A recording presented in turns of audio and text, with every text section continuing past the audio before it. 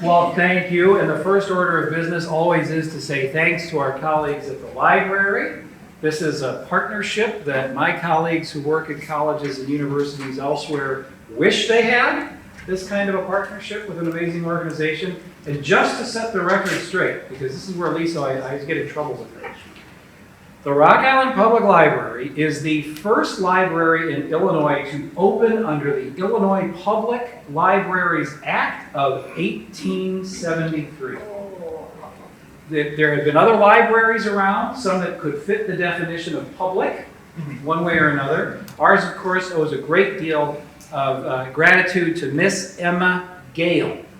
Miss Gale was brought here by a young men's organization, not quite a YMCA, but it was a young men's organization that wanted to start a lending library. And you could probably call them public too, because they would give their books out, but Miss Gale organized the collection in a small room in a building not far from here. But we celebrate this building, which opened in about 1903, thanks to, pardon me, the generosity of Frederick Weyerhaeuser. So that's why we celebrate this building the way that we do. So there is, and if Lisa's watching, she'll tell me if I missed any asterisks. Yes, I'm sure she will. Thank you. Thanks very much for your hospitality. When Cathy Webb graduated from Augustana College, we did not have a graduate program related to speech-language pathology. We've since remedied the situation. But she had to go to Nazareth College to earn her master's, and then to the University of Illinois at Chicago for her PhD. Now, there she got her PhD in disability studies, which is a discipline that looks at inequities faced by people with disabilities. And so she's brought that learning back to us in Rock Island with now a graduate program too. So you work in both, right? Absolutely. And within Augustana's Communication Sciences and Disorders Department, Dr. Webb teaches courses such as Augmentative and Alternative Communication, or AAC, and that looks at how people with disabilities communicate using alternative means in a variety of settings. And she teaches a lot more than that too, but that's the one that really sort of piqued my curiosity. So now to present Inaccessible Dreamhouses, Disability as a Feminist Issue, please join me in welcoming Dr. Cathy Webb. Thank you. I'm so happy that so many of you are able to come today and listen to what I have to share. I know it's a little bit of a curveball compared to some of the other lectures that we have, so I hope that you'll learn something new and interesting, and that you will find this to be an area that kind of piques your interest in a way that you didn't know. So, like Kai said, I work in our Communication Sciences and Disorders Department, but I also head up our new Disabilities minor, where we're looking at these inequities that face so many people with disabilities. And we know that this is an area that is prominent because of a lot of different things. And so we're going to kind of look at a bunch of different things today. It's a little bit of a world tour. This lecture could probably be a class by itself, so I'm not going to go super in-depth on a lot of things. We're just going to touch on a few. But to start off, I want to give a quick visual description of myself. That's something that we do in disability studies in case there are people in the room who can't see or can't see well. So I am an average height white woman with curly-ish brown hair and a pair of big plastic glasses. I'm wearing a necklace and a gray top today. And I also am somebody who has non-apparent disabilities, meaning that I identify as disabled, but if you look at me, you might not figure that out. So you have to get to know me or talk to me to find out what's going on under the surface. So a lot of the stuff that I will be talking about today, when I talk about disability, I might use me or we because I identify as a part of the disability community.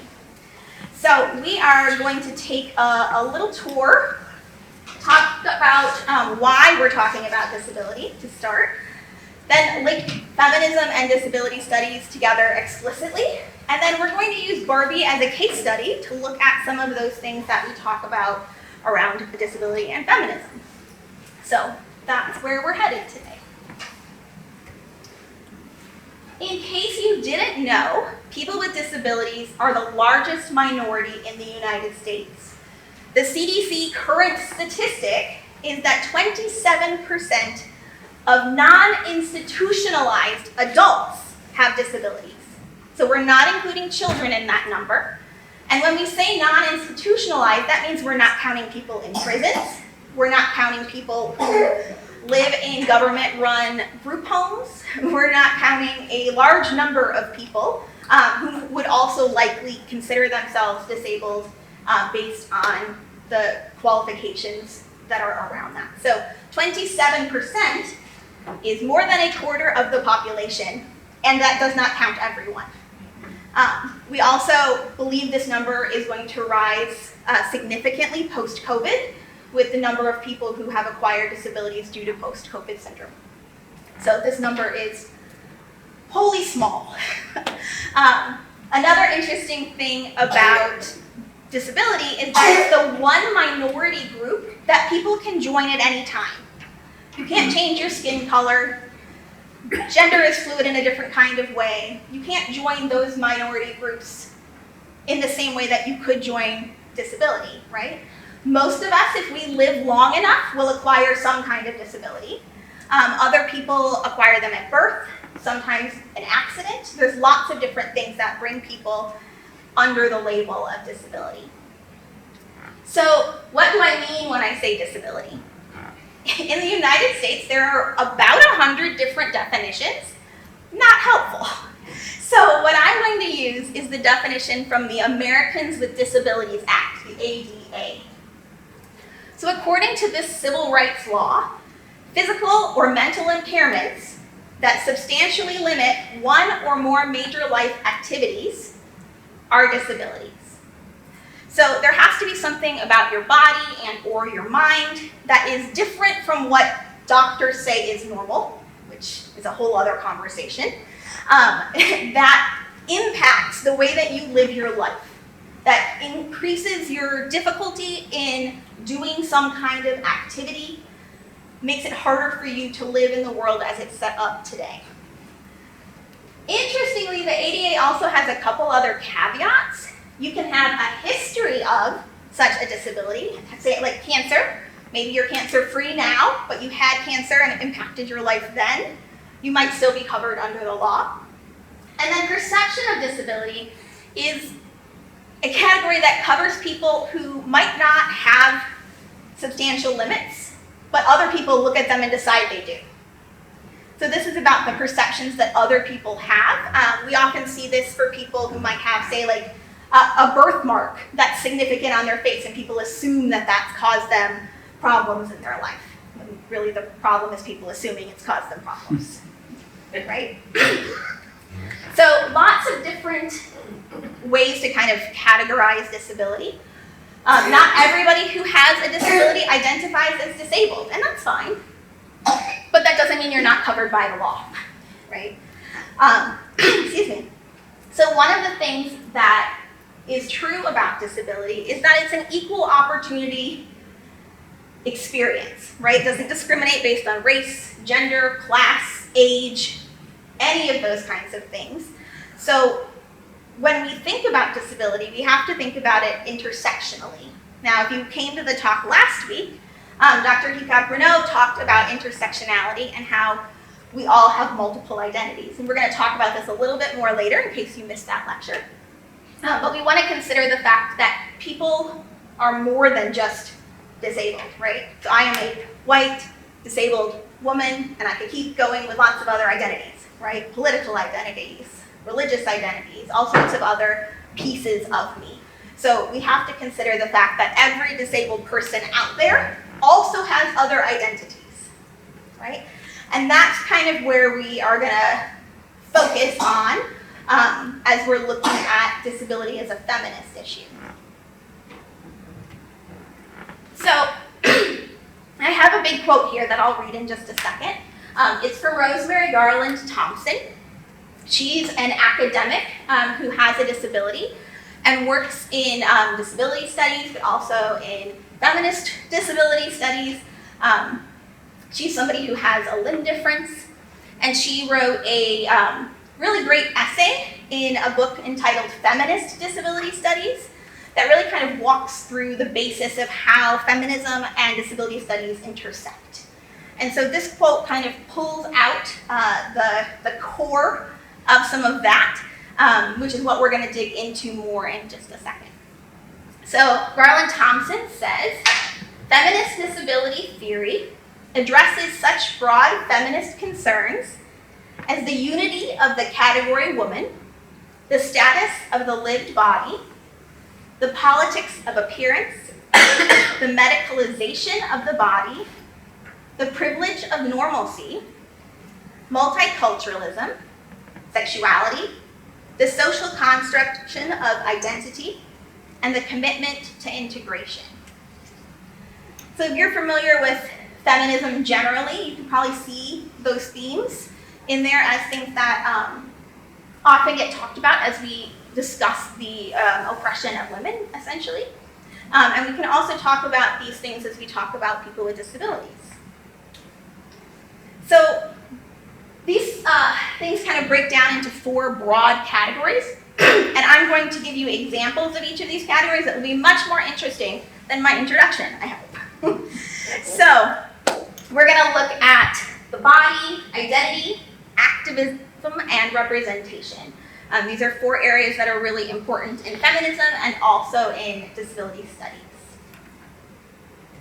So let's start with the body. Obviously, all people have bodies. It's kind of a requirement for peoplehood. So we all have to consider how our bodies are impacted. When we think about bodies in disability studies and in feminist disability studies, we really look at 2 broad areas. We think about medicine or care, and we think about appearance. So when we're looking at these categories, we might look at specific issues like normalcy.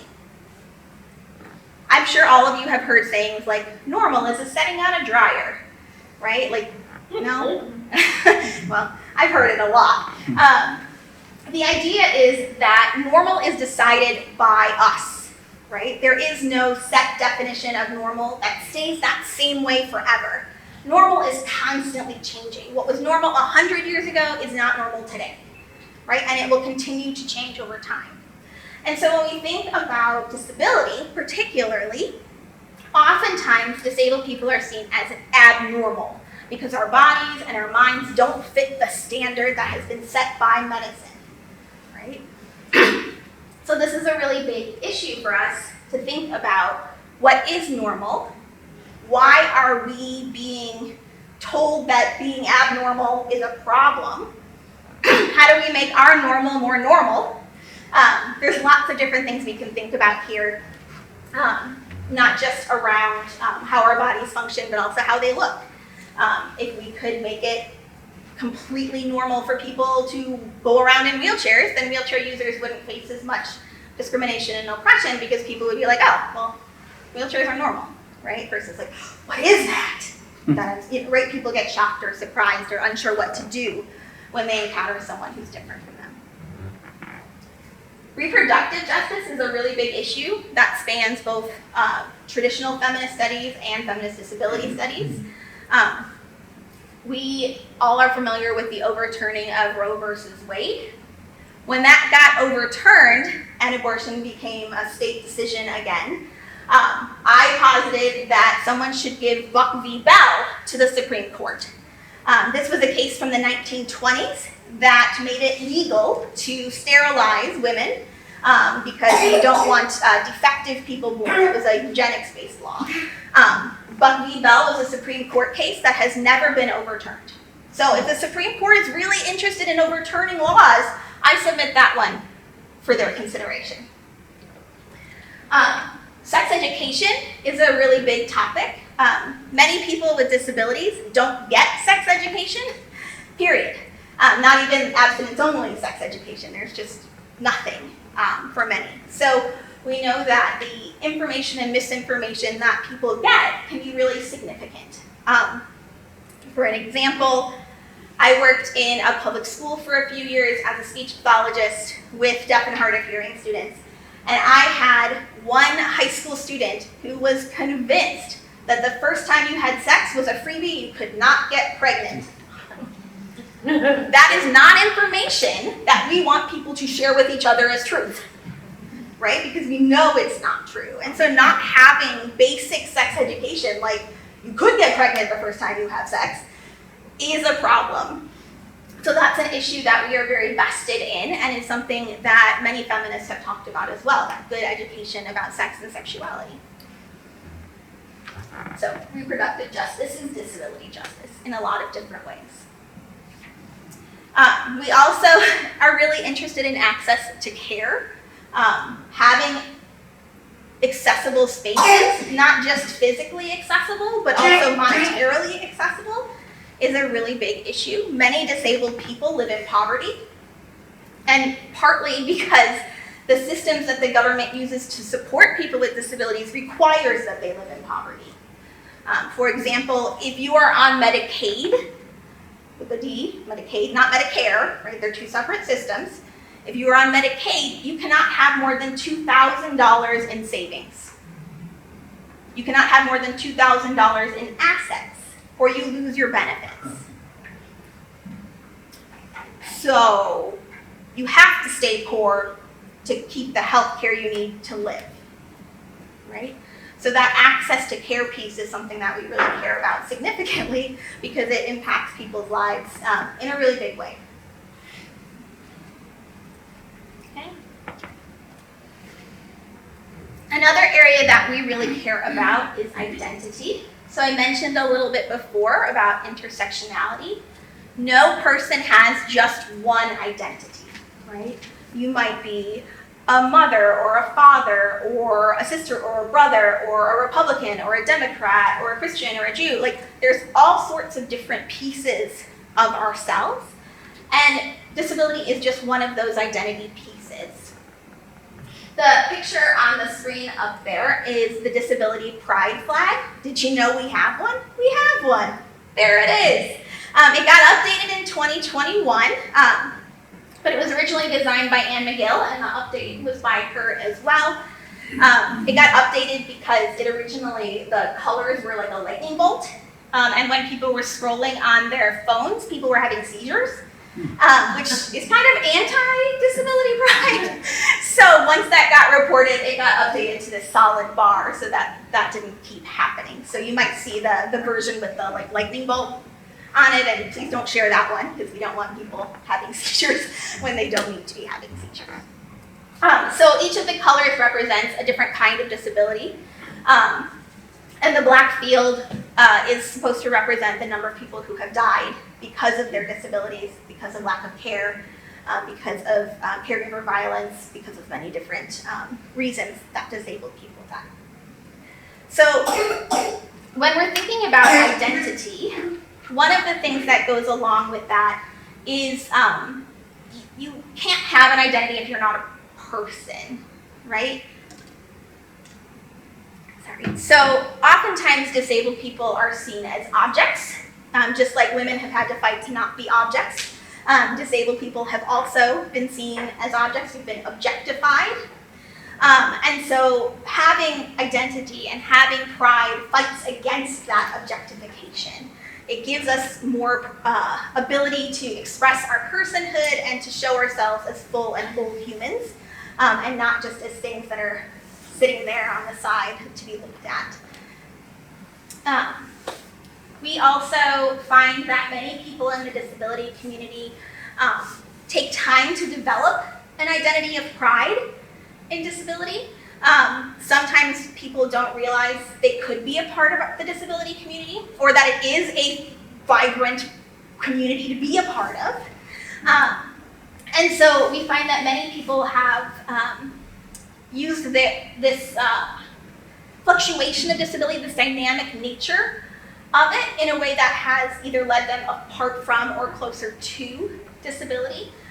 So as people figure out things about themselves, they might decide, well, I have that impairment, but I don't know that I'm disabled, right? Or I qualify under the law to be protected, but am I? Right? So we have this kind of like fluctuating nature for a lot of things, and because disability community isn't centralized, a lot of people experience community for the first time and then figure out, oh wait, this is where I belong, this is who I'm a part of. And then we get these coming out narratives, much like you hear from queer people or people in the LGBTQ community, where they're like, well, yeah, now I can tell people, oh, I'm disabled and I'm proud of it, right? Whereas before you didn't necessarily have that identity. One of the things that has historically happened is that women have been seen as less than men. And one way that that has played out is that sometimes femininity has been equated to disability. Disability has been equated with weakness. And so there has historically been reasons why both women and people of color as well don't want to be associated with disability because of this stigma that has passed down from generation to generation. And so it's hard for people sometimes to develop disability pride because they're constantly being told they're less than, right? But disabled is not less, it's just different, right? It's another category of diversity. And in a world where we're starting to finally appreciate diversity, this is something that we should be also including when we talk about diversity issues, not just race and gender and sexuality, but also disability. It's another area where we can be proud of who we are and how we operate. So identity is another big area where we can really see a lot of feminist theory coming through. The next area we're going to look at is activism. Now, I could teach a whole class on this area, so I'm going to do my best to squish it down into just a couple of things for us to think about. So activism is really important in that it exposes oppression, right? Feminists have participated in activism since the beginning of feminism, right? We see pictures of people marching for rights to vote, right? There's been so much activism in the feminist community. The disability community is similarly very active in activism. One of the really big areas in which you'll see disability activism is healthcare. So the image that's on the screen right now is an image of Stephanie Woodward. She's a civil rights lawyer from Rochester, New York, and she was arrested at the Capitol during the Medicaid protests when they were trying to dismantle the Affordable Care Act, the ACA, or Obamacare, as it's colloquially known. So many disabled activists showed up and basically staged a sit-in. And unlike the early disability activism where police didn't know what to do and couldn't haul people off because their vehicles weren't accessible, they have since remedied that problem, and they are very good at arresting them. And so this is Stephanie being arrested at the Capitol. She is sitting in a hot pink wheelchair, and 4 police officers are removing her from that chair in order to arrest her. So you'll see very often that when there is a threat to healthcare, whether that's Medicaid or other healthcare laws, the disability community shows up in droves. One particular organization is called ADAPT, A-D-A-P-T, and it is well known for staging protests that are a surprise. They do a good job of being really like underground so they don't get caught beforehand, and incredibly disruptive, which is the point of protests, right? To disrupt things so that people pay attention. So they do a really good job of getting things seen and heard so that progress can be made. So you will see lots of activism from the disability community around these areas. And now, not everybody can or should protest in things like sit-ins. So you also see the disability community very active in digital activism, so sharing information, helping raise funds, doing other work online or behind the scenes, which is safer for some people who might not be able to go into crowded areas. It's also incredibly dangerous to fly in with a wheelchair. About 60% of them get broken. So you don't want to do that if you don't have to. So many people who are using wheelchairs regularly won't go to a protest like this because they don't want to endanger their transportation. So they can find other ways to protest. that are just as valid and just as useful. Another area that we really care about is civil rights, right? So human rights, also a big area. Many people don't know the difference between civil and human rights. Civil rights are rights that are legislated, right? So there's laws about these rights.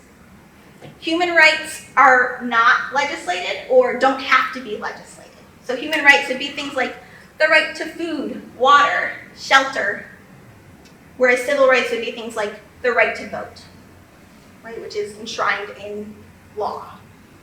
So we care about both of these areas, and the right to vote is one area that we hear a lot about. With the pandemic, lots of people went to being able to vote, I just lost the word, from your homes. Absentee. Absentee, thank you so much. Sometimes those words just fall right out, don't they? So being able to vote absentee is a huge thing for people with disabilities. I myself vote absentee because I get physical pain from filling in the stupid little dots. And so it takes me a week to fill out my ballot if I don't want to get in pain. So if I can do that at home, I don't have to hurt myself, right? Other people literally cannot get in to the building to do the voting. Here in Rock Island, if you have an inaccessible location, you can call ahead, schedule a time, and they will bring your ballot to you on the sidewalk for you to fill it out. Well, that's not private. And what if it rains, right? So it's not ideal. So voting can be really, really difficult. Oftentimes when there are accessible machines, especially for people who are blind, people at the site might not know how to work them. So then, again, it's hard to vote. So the disability community was really excited about absentee ballots because they create so much more accessibility for people who have struggled to be able to go and vote in the time and place that they were required to do so. Another area that has been on the forefront of a lot of our minds is marriage equality. So I have an image up here on the screen of a black woman in a wheelchair, and she's got kind of like funky paisley boots on, and she has a speech bubble that says, "There is no marriage equality until people with disabilities can marry without losing benefits." So many disabled people cannot get married because if they do so, it will raise their income above $2,000 and they will lose their health insurance, right? So for many disabled people, especially those in poverty, they cannot get married without risking their lives. And we don't believe that's equal. So Medicare and Medicaid are great systems that have not been amended really since the 60s when they were put into place. And so many disabled people believe that in order for us to be able to have the same human rights as everybody else, we need to start looking at policies that have been in place for decades that have not been changed and maybe just update them, right, into ways that consider how the world works now and who's living in it. This also goes for sub-minimum wage. There's a law from the 1920s that allows some companies to pay less than minimum wage to employees. And there is data that shows that as low as 3 cents an hour has been paid to individuals for doing work because some companies have these government waivers. And people very firmly believe that we should consider looking at that law and changing things because it's a little outdated at this point. So lots of different topics. When we think about wage inequality, we often think about that glass ceiling, but disabled people add this level to it too, where there's kind of a gravel basement, I guess, that many of us are seeing for our peers. So because of this, we believe there is a need for multi-issue coalitional activism, meaning that when people do activism, they should consider lots of different people from lots of different backgrounds and listen to the concerns and advocate for all those things together. Because if we joined forces we would have a lot stronger voice than what we have currently, right? So bringing people together on issues that we care about, giving people a seat at the table, would really help make our activism stronger. All right. Yeah, y'all doing okay? Okay. All right, then the last issue is representation. So disabled people, as well as women, people of color, have consistently been marked as other, right?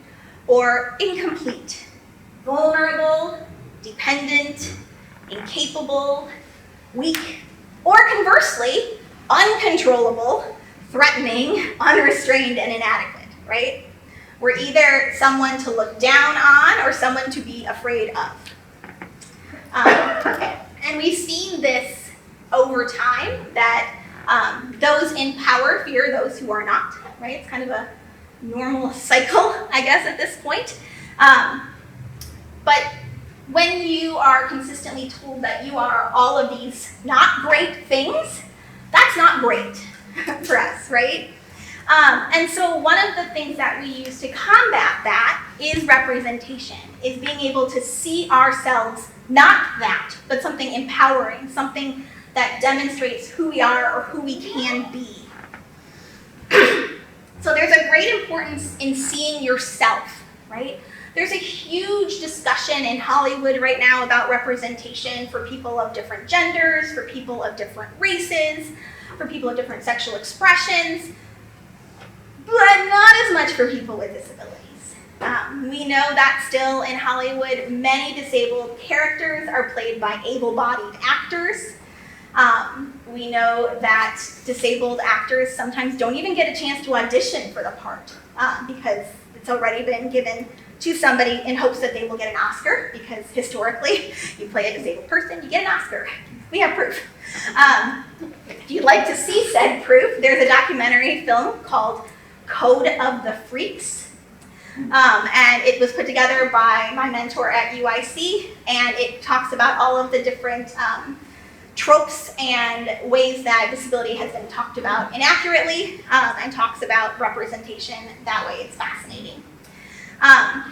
So we have historically not seen a lot of disabled people on the screen who are actually disabled people in real life.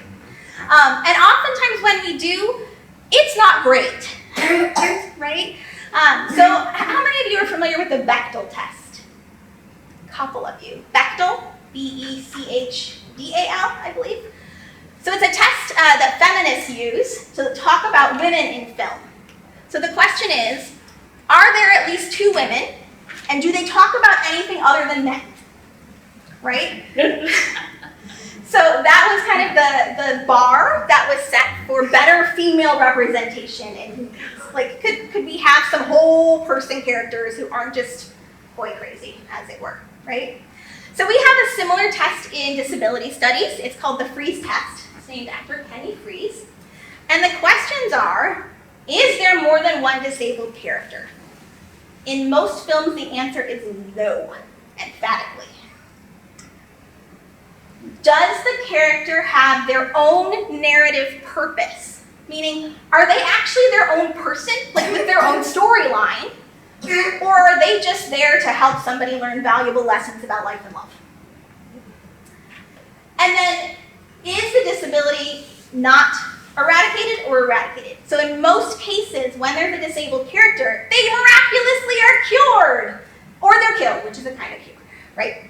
So the disability is resolved at the end. They're not allowed to continue being disabled because that's uncomfortable to non-disabled people. So these are the three questions we ask to see if there's good disability representation in a film. Now, I teach about this in some of my classes, and we are really struggling to find good ones, y'all. It has gotten a little bit better. So the picture I have on the screen is from Coda. Apple produced that in 2021. It won several Oscars. Of the 4 people up on the screen right there, 3 of them are deaf, and 3 of them are actually deaf. And this was the first time we've ever seen this many deaf actors with speaking parts in the same film together. not a great film, like storyline-wise, but revolutionary in terms of representation. And part of its problems are that it's an adaptation of a French film, and they forgot that we have different laws, and they didn't change things. It's okay, but it's still really good. Recommend it. But it's really interesting because not only did they win Oscars for the whole film, but Troy Kushner, who's the man on the second from the left there, won an Oscar. He's only the second deaf person to win an Oscar. Do you know who the first one is? Marlee Matlin, who's sitting right next to him 20 plus years after she won her Oscar for Children of a Lesser God. No other disabled people have won an Oscar for Best Actor or Actress, but plenty of non-disabled people have won Oscars for Best Actor or Best Actress for playing a disabled person. And Troy's performance is masterful. It's so good. Despite how much I'm not a fan of the story, I would watch it for him over and over and over and over again. So we're thinking about representation a lot when we think about disability, because most people don't know they've encountered a disabled person, but they've seen a movie, right? And so even if you have no idea about a certain kind of disability, if you ask people after they watch a movie, they'll tell you they know all about that disability. And so often it's wrong. It's so wrong. Whole books have been written about how wrong it can be. So we really, really care about representation, because this is how we get a positive view of ourselves out into the community when people normally have not seen us. Right? All right, so I'm going to shift gears and talk specifically about Barbie. And so you can see all of these things in it. So we are going back in time to the 1990s. The very first Barbie to use a wheelchair was Share a Smile Becky in 1996. Please note, this is Becky, not Barbie. Right? So this is not technically the main character, this is a sidekick. Right? So Share a Smile Becky has kind of a cringy name. It's like, well, we're just be positive about those disability people. But actually it's because she had friendship bracelets, and there were two other dolls with the same outfit that shared friendship bracelets. So it's a little less cringy than it initially sounds. So we had Share a Smile Becky in 1996 and School Photographer Becky in 1998. These were shortly after that discontinued because their hair kept getting caught in the wheels of their wheelchair. Amongst other things. So, because we couldn't give them a haircut, we just stopped making the doll. The other big issue was that there have been elevators in Barbie's dream house since the 1980s, but neither of them could fit in to the elevator. And we're going to look at elevators in just a second, so you can get an idea of why they wouldn't fit in the elevator.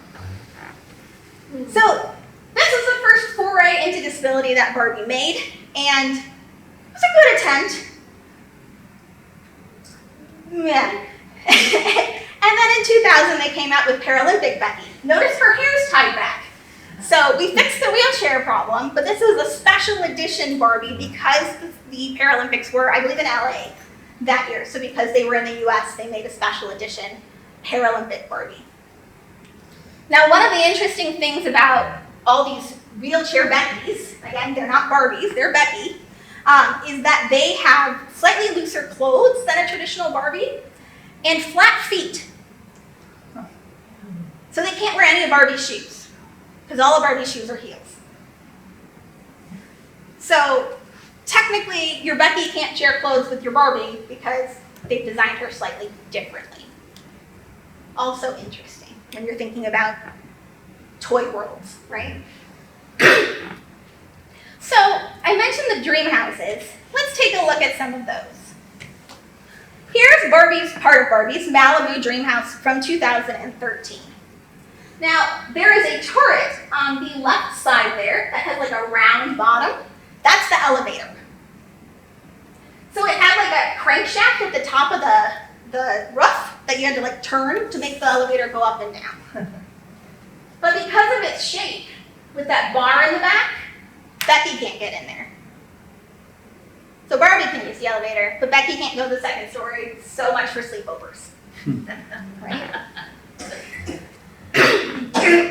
I'm only going to show you a few Barbie houses. Like I said, there have been elevators since the 80s, but it's the same problem over time. So I'll just show you a few ones that are actually a little bit different. This is the 2015 dream house. On the far right is Barbie in an elevator. You can see it is bright pink with a white fence in front of it, and standing up Barbie in said elevator just fits. There's also about 1/4 inch step up into the elevator. So poor Becky has no hope. It wasn't until the most recent iterations of the dream house, which also came with some changes in Barbie, which we'll talk about in a second, that Barbies have actually been able to have access. So the new 2023 dream house allows a Barbie, and this is actually a Barbie, which I'll show you in a second, who is a wheelchair user to fit in, along with a little spot there for their puppy, which is kind of cute.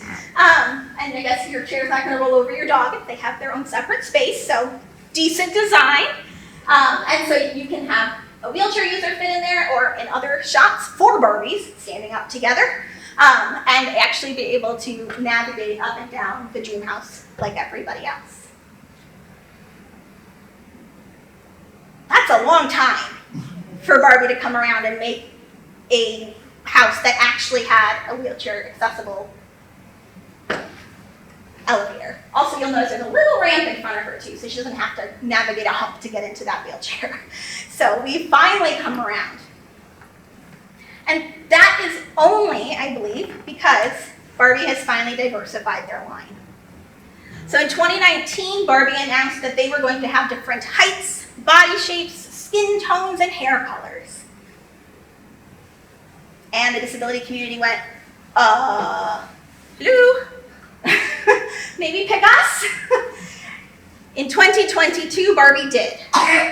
So in 2022, they introduced dolls who have prosthetic legs, dolls who use wheelchairs, a doll with hearing aids, dolls that have vitiligo, which is a skin condition where you have multicolored patches on your skin, and a doll with alopecia, which is somebody who can't grow hair in a traditional way.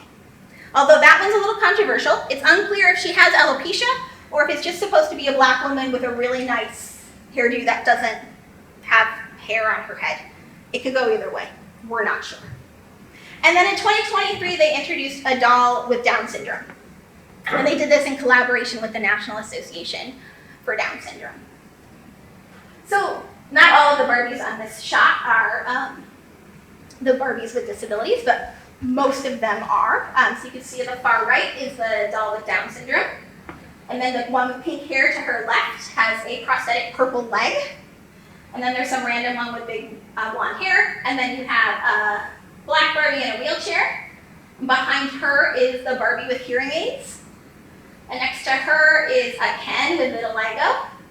And then we have 4 other Barbies, I don't know who they are. And then the one on the far end on the left is the one with vitiligo, or with alopecia. Now, one of the interesting things about these dolls is that they, for the most part, come in 3 kinds: white Barbie, white Ken, or black Barbie. So no other skin tones, no other gender. I mean, like, they have Ken, but it's white Ken, not any of the other versions of Ken. So they've made a start, but they're still not representing everyone in the dolls because they haven't chosen to go farther. While that's not ideal, I have a bigger problem with these Barbies. One of the things that Barbie is known for is its motto, "You can be anything." Barbie is supposed to inspire women to all these different careers. And so each and every Barbie has a different thing that they do, right? You can buy airplane pilot Barbie, and you can buy president Barbie, and you can buy all these different kinds of jobs, right? But every single one of the disabled Barbies they're selling is a part of their fashionistas line. This is an example of the box that they come in. They don't have a job, and it does not say you can be anything.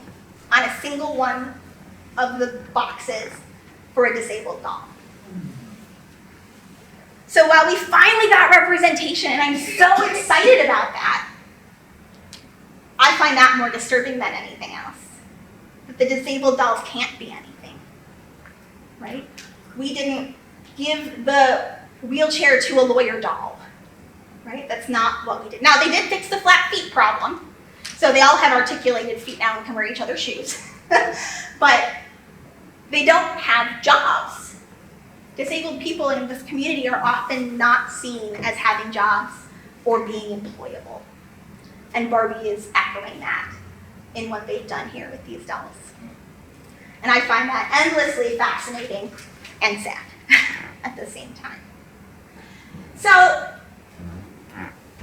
that's kind of the history of Barbie dolls. I want to take a second to look at the movie. How many of you saw the Barbie movie? A good number. I am not going to give spoilers, so if you haven't seen it and you want to, don't worry. One of the things that happens to me, because I was a part of teaching a disability and American film class for about 6 years, is that I tear films apart every time I see them in terms of disability representation. I cannot help it. Do not watch a film with me if you don't want it ruined. I can take Moana to task. Trust me, people get angry. So I went to go see the Barbie film.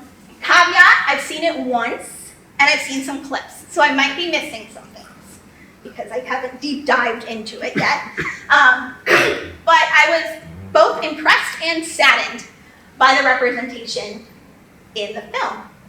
Those of you who saw it, do you remember seeing any disabled Barbies? There is one. There is one? There is one in a wheelchair. Most people will remember the one in the wheelchair, and we'll talk about why in a second.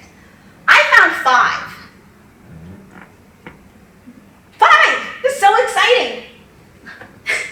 So many of us got excited when the ads came out because we saw in the background of President Barbie's aides, one of the Barbies has a gold prosthetic. Now, does she do anything else besides stand there and look good? No, but she's there. Right? And for us, still getting there is part of a big deal for us. As far as I'm aware, every single one of these Barbies is a disabled person. So actually authentic representation. Super exciting. But she doesn't say anything. So we knew from the ad going in, there was at least one. And then I put on like my eagle eyes and I'm looking for them everywhere. Right? So in the opening sequence, they show all of these different Barbies in lines that have all sorts of different jobs. I found 3. The one up front there is a Barbie with a prosthetic. It's really hard to see, but from her knee down is like gray. On the one, and I believe she's wearing a Paralympic outfit and a medal, so I believe that's our Paralympic Barbie. If you go several back from her, there's a woman in a red suit. The actress herself is hard of hearing and wears hearing aids. If you did not know that, you'd never peg her as someone who's disabled. And then further down is a woman in a wheelchair, and I believe her profession is vet. She's got like a stethoscope on, but she's got a puppy. So I think she's a vet. Not a veteran, but a veterinary science person. To me, this is revolutionary because Barbie gave jobs to disabled people. So not only is it disabled actresses, they actually have jobs, which Barbie the toy has never done. And then finally, the one everybody remembers, there is a dance sequence called Dance the Night, where Barbie has her existential crisis. And for about 20 seconds, the dance is led by a woman in a wheelchair. Very fleeting. Like I said, about 20 seconds. And you can Google and watch on YouTube the intro scene as well as the dance scene if you want to see it. Real quick, real fast, but there. Now, I was sorely disappointed that not a single disabled Barbie said, "Hi, Barbie," which like 30 million of them do. But I also might have missed it. Maybe they were disabled and it was too quick for me to see watching it one time. But the fact that we have actual disability representation on the screen by disabled people in professions, and actually the wheelchair dance Barbie, I don't know what else to call her at the moment, shows up later, like sitting at the lawyer's table at the Supreme Court. So maybe she's a lawyer Barbie. I don't know for sure, you just see the back of her chair. But hey, I'll take it, right? She's doing something. Baby steps forward in these things. So in all of this Barbie-ness, we can see representation, we can see identity. The activism that it's taken to get Barbies that are disabled has been extreme, right? All of these different areas can be seen in Barbie, just as they can be in the rest of life. And I think that's a really interesting reflection. So with that, I'm going to stop talking at you, and I love to talk with you. So we have a microphone that's going to be coming around. If you have a question, please wait till it gets to you so that everybody can access what you're saying.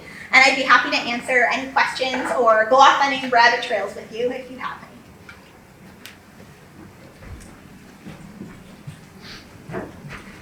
any. It's actually, thank you very much. Yeah. It's actually a comment rather than a question. There was a long article in the New York Times not so long ago about a film, and I don't know if it's been made, of All the Light We See, I think it's called. All the light we cannot see. And there are two blind actresses, one playing the person as a child and then as an adult, and they had no acting experience. But one of the things I found interesting was either the director or the casting director made a comment, something like, well, we said we were going to find a blind actor, so we can't say we can't find one. We said we were going to, and we found them. They didn't have any experience, but they weren't going to give up on finding somebody. And I thought that was encouraging too. Yeah, that's great. I haven't seen that one yet, but I have heard great things about the representation in it. And it's starting to be more and more that some of the directors in Hollywood are saying, we can't get away with this anymore, right? We can never cast a white person as a black person anymore. Why can we cast somebody who's not disabled as disabled? And so there's starting to be some movement. And it is bringing some people who have only maybe done home theater out into Hollywood, because there are actors out there. You just actually have to look. Yes? All the Light We See, I think that's All the what it's Light We called. See. All the light we cannot see. All the light we cannot All the see. light we cannot see. By Makes Milan more sense. Kundera. I guess I have to reread the article. No worries. Anyway, thank you. Yeah. Nobody else does anything. No, one I have. You mentioned very early on cancer, and are people with serious illnesses that are being treated, or would you say that they are disabled during that particular time then? Yeah, often. So the definition is a mental or physical impairment, right? So having cancer or a serious illness would be that impairment Okay. that substantially limits one or more life activities. If you have trouble getting up and walking to the bathroom, if you are exhausted all of the time, if you can't go to your job because you have to go to treatment, all of those things would make this a disabling condition to you because it significantly changed your life in a way that doesn't allow you to participate in the standard ways that life goes around. Yeah. There's a question about Totally, that. right there. Mine is sort of related to that. Yes. So alopecia, is that considered a disability, and why? So If it is. yeah, alopecia would fall under the perception of. So other people see them as disabled because they don't look normal. But it's not something where they themselves experience a health condition that would impede their daily life. So they fall under that little caveat under the ADA.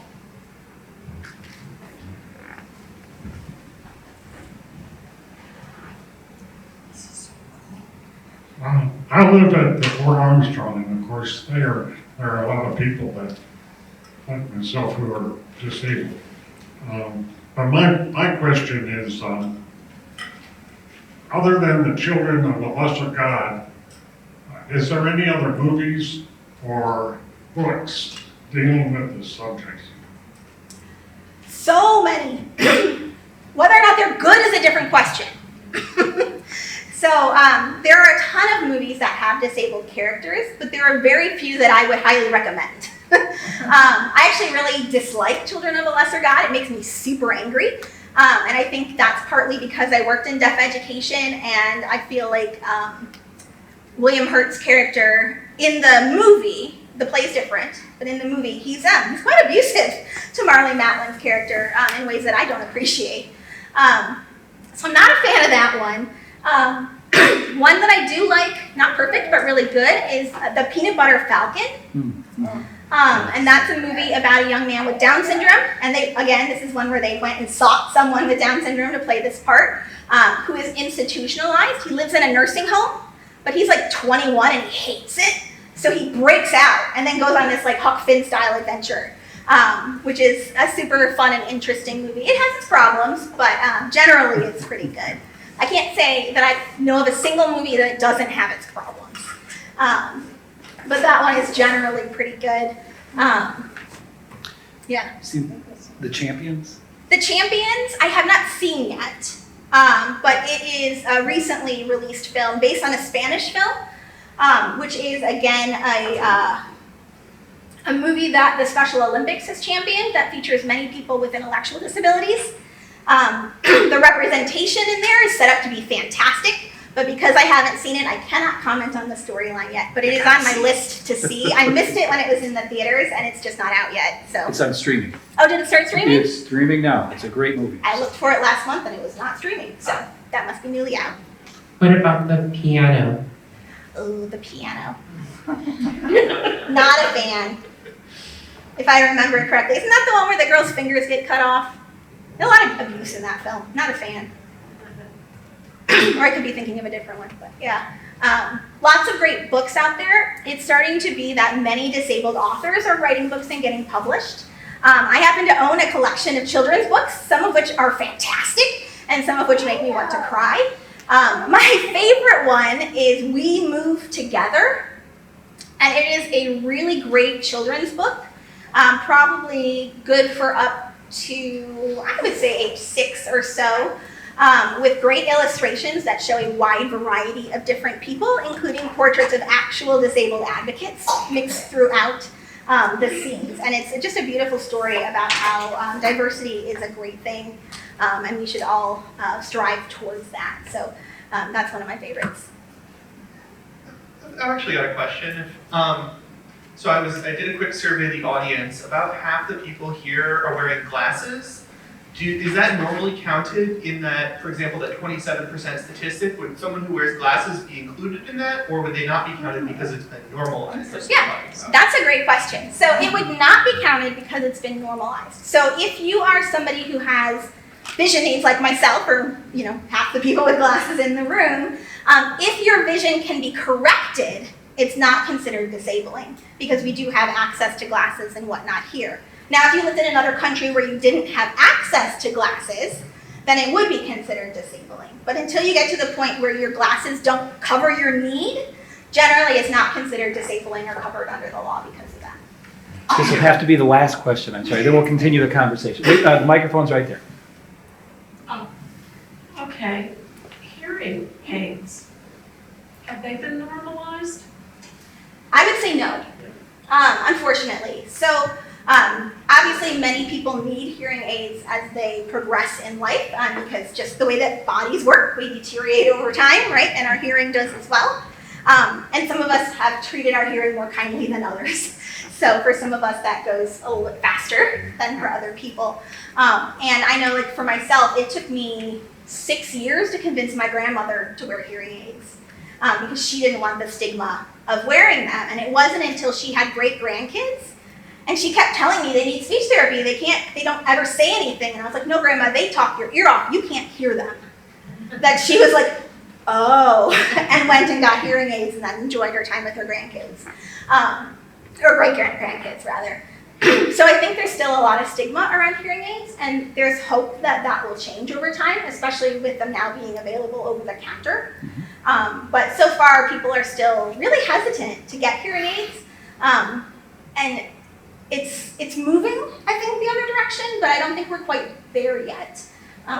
It's the same, I mean, without my hearing aids, I have issues.